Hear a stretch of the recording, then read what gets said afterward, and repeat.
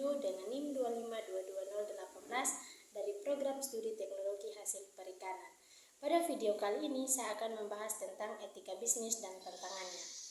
Secara etimologis, etika berasal dari bahasa Inggris yaitu kata etik yang berarti set of moral principles, yaitu seperangkat prinsip-prinsip moral.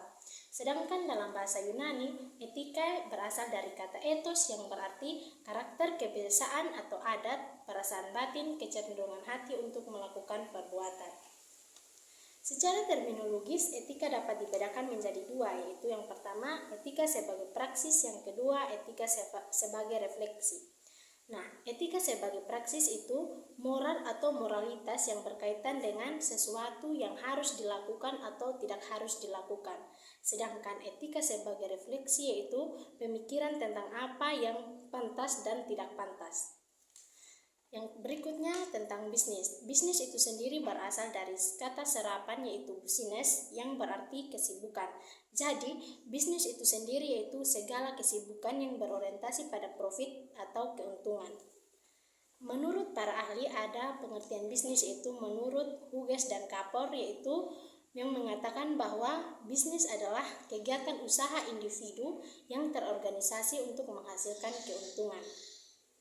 Sedangkan etika bisnis itu sendiri berasal dari cabang etika terapan. Etika bisnis dapat dijalankan pada 3 taraf, yaitu yang pertama makro, yang kedua meso, dan yang ketiga mikro.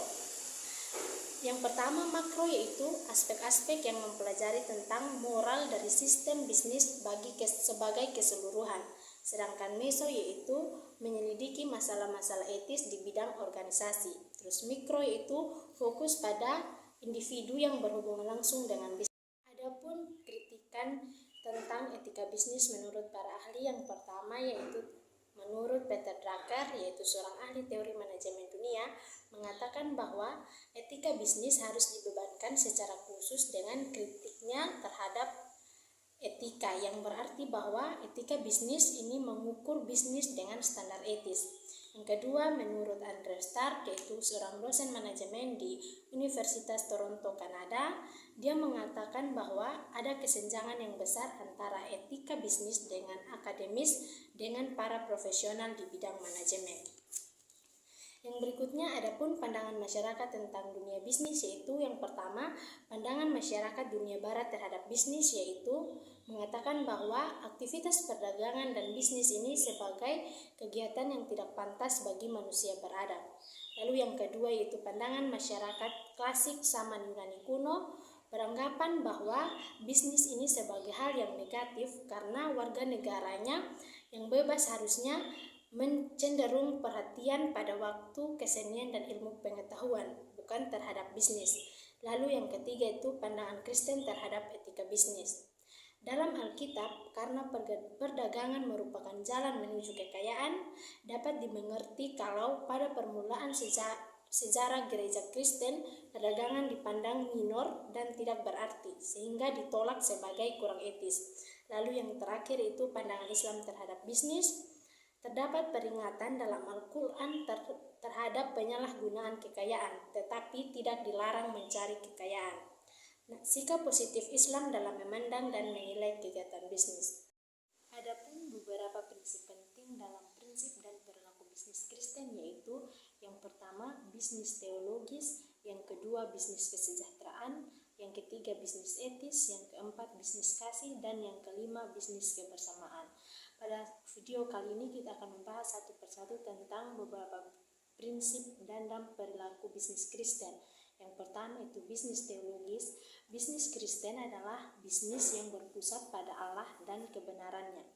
Nah, pemikiran bisnis ini harus dimulai dari Allah yang menciptakan manusia baik sebagai pelaku bisnis maupun seluruh alam semesta sebagai sumber daya dan sarana bisnis yang ada.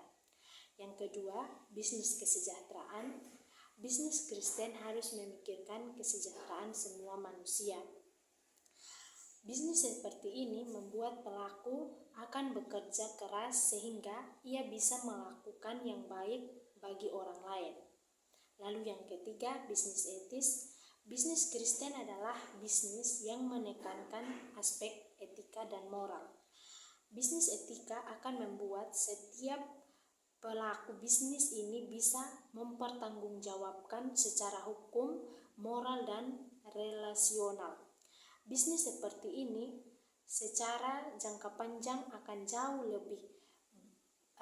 lebih bertahan karena harus hidup dalam ketakutan, selalu berada di dalam ancaman hukum, dan akan mendapatkan serangan karena berbuat hal yang jahat. Yang keempat, bisnis kasih. Bisnis kasih bukan berarti akan memberikan kelonggaran dan menciptakan kerusakan hidup, formal moral kerja yang rendah, keinginan orang menarik keuntungan dengan cara berdosa. Semua hal ini bukanlah sebuah sifat kasih Allah. Yang kelima, bisnis kebersamaan. Bisnis kebersamaan ini bukanlah bisnis sosial yang mau menyamakan semua kerja, tetapi masing-masingnya mendapat porsi menurut kemampuan dan kapasitasnya. Tujuannya adalah untuk semua penilaian harus dilakukan secara adil dan memberikan kesejahteraan secara meluas, bukan demi kepentingan beberapa orang saja, melainkan semua orang sesuai dengan porsinya masing-masing. Demikian video yang dapat saya paparkan. Terima kasih.